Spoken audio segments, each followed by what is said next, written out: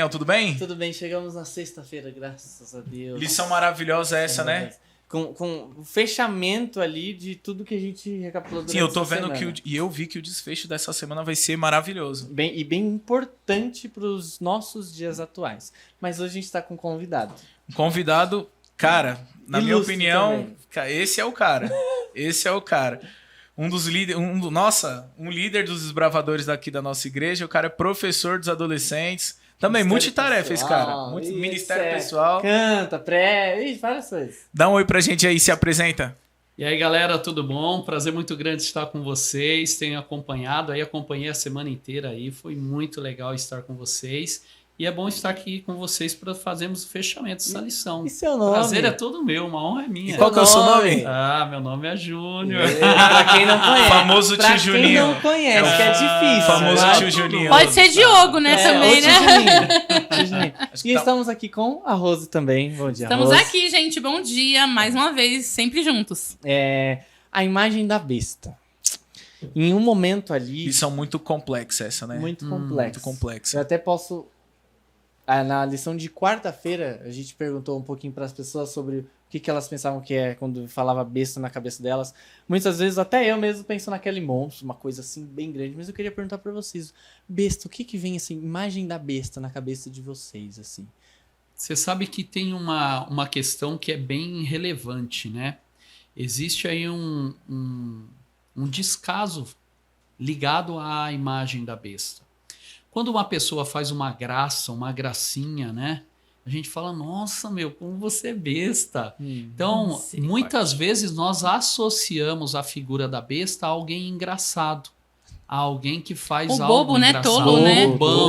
Tolo. E talvez isso seja até uma ação de Satanás mesmo, para que a gente desfigure essa imagem terrível da besta e transforme ela em algo bom. Tira a seriedade, né, Júnior? Tira a Seriedade. seriedade. E isso é artimanha de Satanás, né? E a Uhum. gente precisa estar muito atento com relação a isso. Até falando disso, um ponto, e ele também nos coloca, às vezes, para trazer outras coisas como futilidades. Quantas vezes, não que não é o certo, mas às vezes a gente acaba falando o nome próprio dito de Deus em vão, em coisas que são extremamente fúteis e não relacionadas. Sim. Você comentou bem O importantíssimo. interessante é que, assim, algo tão sério, né, Júnior? Porque Deus deu um alerta, Apocalipse 13 é um alerta para todos os seus filhos, Sim. né? Eu costumo sempre falar o seguinte, Deus diz que a gente não teria provação sem pré-avisos ou sem disponibilizar um poder para que a gente possa sair vitorioso, né? Mas aí Deus avisa a gente e o inimigo vem e torna uma coisa tola, né? Esse nome. Por quê? Para que a gente perca a atenção da seriedade, né? Exato. E aí, besta. Será que é uma coisa tão assim importante pra gente saber sobre isso hoje? Se Deus teve essa preocupação com a gente, Júnior? Precisamos tomar muito cuidado. Filmes, séries mostram os dragões como sendo um animalzinho de estimação. Tem os pokémons da vida que é engraçadinho, bonitinho. E tudo isso é artimanha de Satanás. São mensagens subliminares para tornar o termo besta Normal. Hoje. E legal. E até legal. Mas, na verdade, nós Inofensivo, estamos né? falando de poderes satânicos que estão agindo hoje na minha vida, na sua vida, na nossa vida, para que nós deixemos Deus de lado, deixemos os mandamentos de Deus de lado e a gente venha se corromper, assim como se corrompeu a igreja Hoje primitiva. a mídia tenta retratar as coisas ruins como coisas boas, né? Sim, exato. O bom como ruim e o Sim. ruim como bom. Sim. E se nós não pararmos para prestar bem atenção nisso, Cuidado, as nossas crianças vão acabar se perdendo. Sim, Exato. sim. A seriedade das coisas, né? Às vezes hoje a gente tá levando tudo muito na brincadeira. Eu acho que é coisa atual mesmo, né, Júnior? De tudo bobagem. Bobagem. Mas se é algo que tá na Bíblia, Deus falou, é porque é algo extremamente importante. Sério e sagrado. Exatamente. Dando continuidade até com o que o Diogo falou, a igreja primitiva no momento ali, ela, assim, já havia querendo unir o poder do Estado com ela, acabou se corrompendo. Detalhe, a igreja primitiva, ela se levanta primeiramente como uma igreja protestante, para protestar contra aquele assédio, né? A opressão mesmo que eles sofriam da igreja católica apostólica romana.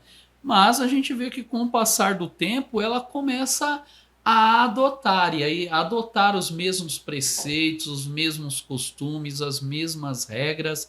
E a gente vê assim as festas, né, a idolatria, indulgências, e a gente vê a igreja primitiva ela se corrompendo.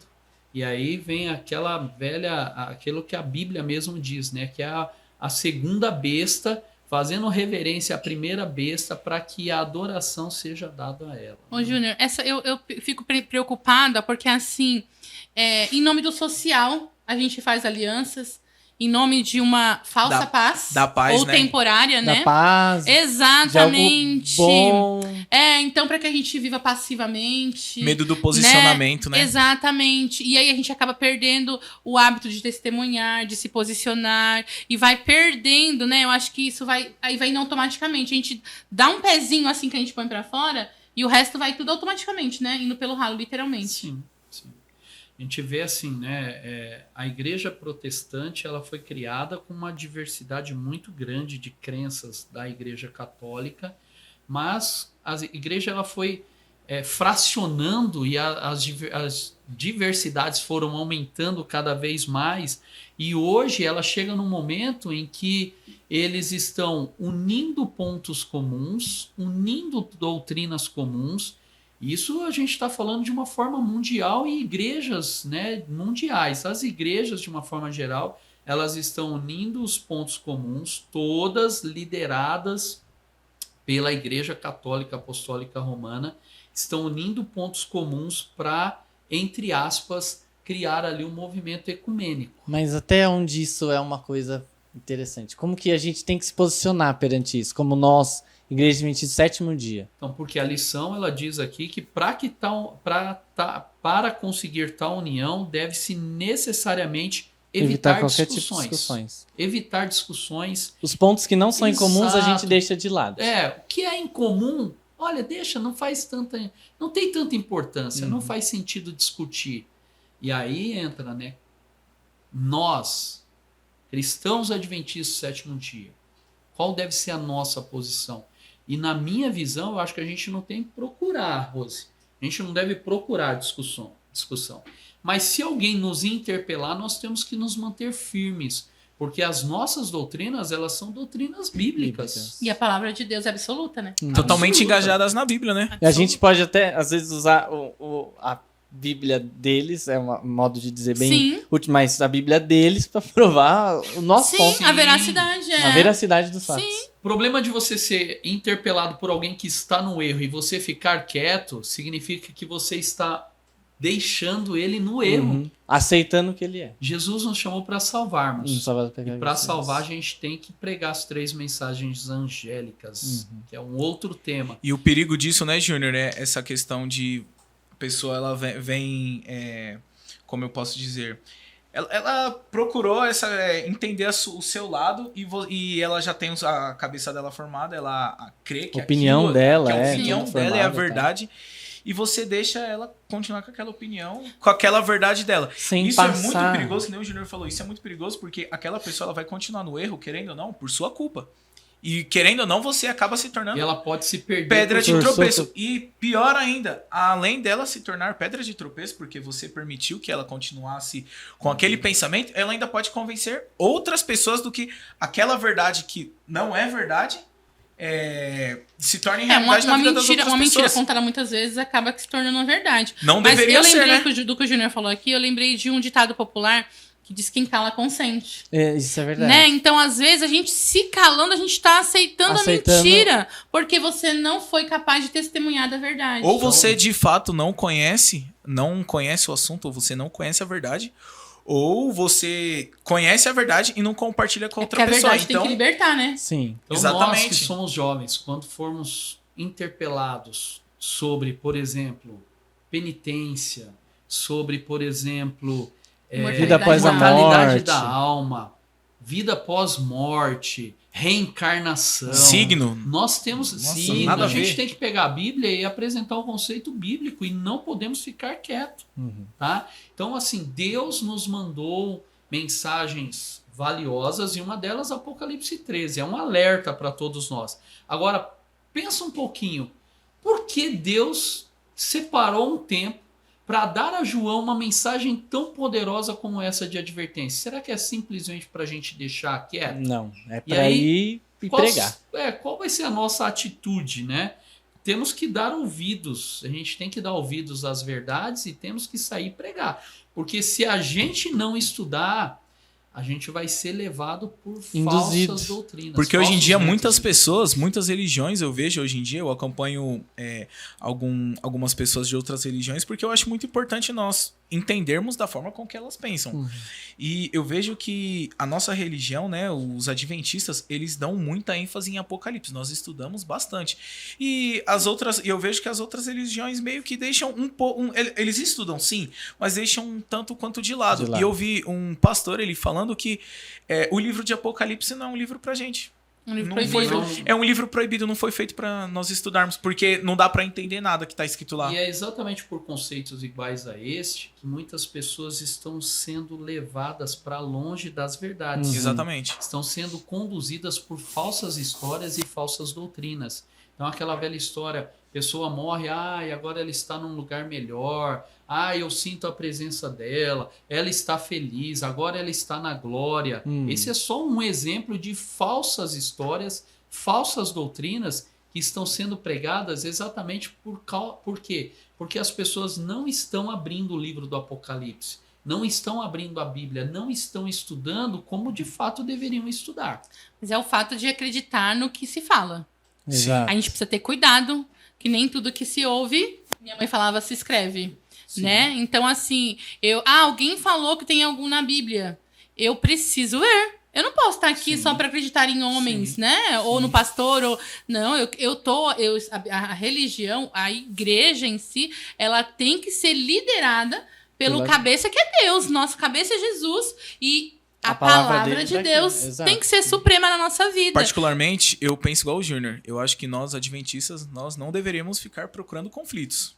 Mas não se podemos fazer silêncio. Mas se vier até a gente é porque eles procuraram, é porque de fato Deus nos deu a oportunidade de pregar, de falar mais da palavra dele. Não só então, oportunidade, a missão, a ordem, né? Sim, nós temos que estar preparados a qualquer instante. Então, pode falar. E nós somos jovens, a gente tem que estar sempre posicionados. A gente não pode estar com a nossa...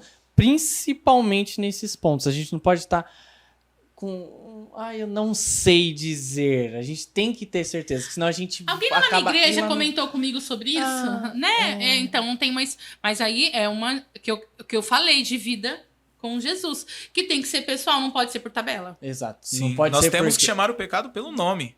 Por que não pode ser por tabela? Porque nós estamos vivendo os últimos dias desse planeta. Sim. Jesus está voltando. Amém. Está chegando, realmente, está chegando o tempo em que nós precisamos nos posicionar e nos consagrarmos. Mais do que nos posicionar, precisamos nos consagrar. Está na hora de pregar. Foi até falado na quarta-feira, né, sobre a questão de milagres. Olha só, o tempo que nós estamos vivendo é um tempo que as provações elas vão aflorarem, vão aumentarem. E aí correrão milagres. Pregação hoje é assim: milagres, prosperidade, poder, sucesso, tudo de bom, tudo de bom. Só que a gente sabe que é bem diferente disso. A tendência é só piorar. As provações vão aumentar cada dia mais. E aí, como que nós vamos estar diante disso?